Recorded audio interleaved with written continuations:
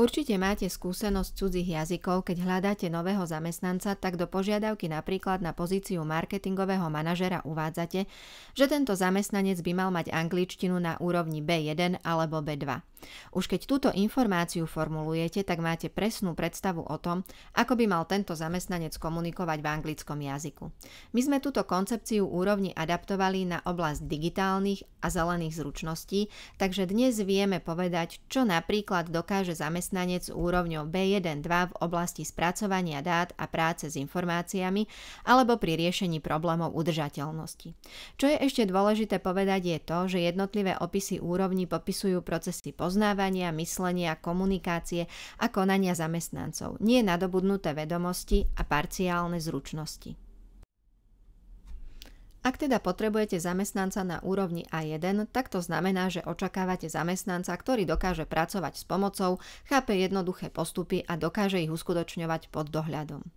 Na to, aby ste ako zamestnávateľia dokázali lepšie špecifikovať svoje požiadavky na zamestnanca a na druhej strane, aby zamestnanec získal presnejší opis toho, čo dokáže, a tak došlo k harmonizácii vašich očakávaní a reálnych zručností zamestnancov, sme pre potreby praxe opisy úrovní špecifikovali, takže na úrovni A1 máme opisy A1.1 a A1.2.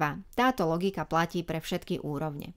Pre lepšiu predstavu, ak teda máte zamestnanca na úrovni A1.1, tak ide o úplne nesamostatného zamestnanca, ktorý dokáže plniť veľmi jednoduché pracovné činnosti krátkodobého charakteru na základe jasne formulovaných zadaní. Jednotlivé pracovné úlohy dokáže plniť len pod dohľadom ďalšieho zamestnanca. Zamestnanec na úrovni A1-2 je stále nesamostatným zamestnancom, ktorý je však schopný plniť rutinné pracovné činnosti na základe naučeného, konkrétneho pracovného postupu. Ide o zamestnanca, ktorý vykonáva pomocné práce, ako napríklad pomocník v kuchyni, lesnom hospodárstve a podobne. Zadania pracovných úloh pre tohto zamestnanca musia byť stále formulované jednoducho a jednoznačne, pričom pri ich riešení stále potrebuje pomoc. Na tejto úrovni zamestnanec nedokáže samostatne identifikovať chyby a pri ich odstraňovaní potrebuje vyššiu mieru pomoci. Úroveň A2, to znamená úrovne A2.1 a A2.2 je už úroveň, kedy môžeme rátať s mierne samostatným zamestnancom, ktorý pri riešení jednoduchých problémov využíva základné vedomosti a zručnosti a po upozornení dokáže identifikovať niektoré chyby a opraviť ich. Presnejšie povedané, zamestnanec na úrovni A2.1 je mierne samostatným zamestnancom v rutinných činnostiach, to znamená, že dokáže plniť rutinné pracovné úlohy a ak sa pri riešení týchto pracovných úloh objaví problém, s ktorým sa už častejšie stretával, dokáže ho sám odstrániť. Naopak pri riešení málo frekventovaných alebo nových problémov potrebuje pomoc.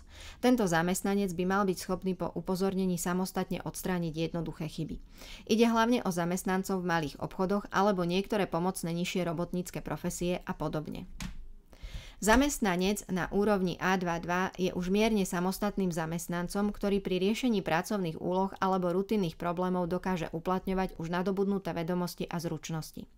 Tento zamestnanec stále potrebuje určitú mieru pomoci pri riešení úloh, napríklad je nutné ho upozorniť na chyby, pričom po upozornení dokáže niektoré chyby samostatne odstrániť. Na tejto úrovni môžu byť napríklad niektorí zamestnanci v oblasti kvalifikovaných robotníckych profesií, či už v stavebníctve, strojárstve a podobne. Ak však ako zamestnávateľ potrebujete samostatného zamestnanca, musí byť tento zamestnanec minimálne na úrovni B1, pretože až od tejto úrovne zamestnanec chápe spojitosti a prináša vhodné riešenia a dokáže analyticky myslieť a aplikovať nadobudnuté schopnosti vo väčšine situácií. Takže úroveň B1.1 je prvou úrovňou, na ktorej zamestnanec dokáže konať samostatne. Na tejto úrovni môžu byť niektorí odborní pracovníci v administratíve, kultúre alebo v oblasti sociálnych vecí a podobne. Takýto zamestnanec dokáže samostatne plniť väčšinu pracovných úloh, analyzovať jednotlivé pracovné problémy a aplikovať v pracovných situáciách svoje nadobudnuté schopnosti. Pri plnení úloh sa občas môžu vyskytnúť chyby, ale pri opätovnej kontrole ich zamestnanec dokáže identifikovať a väčšinu z nich dokáže samostatne odstrániť. Zamestnanec na úrovni B1.2 je už samostatne analyzujúcim zamestnancom. Na základe analýzy rutinných problémov sa už dokáže rozhodnúť pre vhodný spôsob riešenia danej úlohy alebo problému. Na úrovni B1.2 môžu byť niektorí riadiaci pracovníci vo výrobe, administratíve, obchodných alebo podporných činnostiach.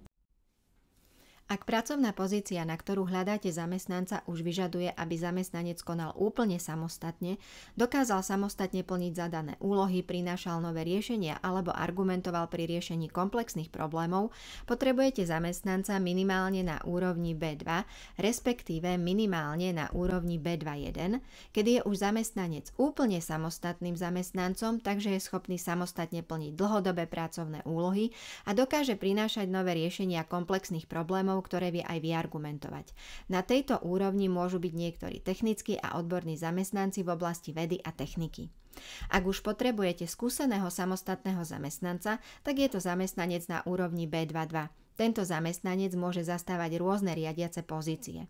Navrhuje nové riešenia, ktoré dokáže samozrejme v spolupráci aj s ďalšími zamestnancami zrealizovať. Z tohto dôvodu sa na tejto úrovni nachádzajú aj špecialisti z rôznych odvetví. Úroveň C1 je už expertná úroveň, takže zamestnanec na úrovni C1 je už zamestnanec expert, ktorý prináša inovácie a dokáže zrealizovať rôzne strategické riešenia a opatrenia. Takisto dokáže zovšeobecniť komplexné informácie týkajúce sa napríklad strategických riešení, čo znamená, že tento zamestnanec vie primerane vysvetľovať veľmi zložité problémy aj zamestnancom na nižších pracovných pozíciách. Spoločne sme si podrobne prešli jednotlivé úrovne, teraz si ich ešte môžete všetky pozrieť v jednotnom zobrazení.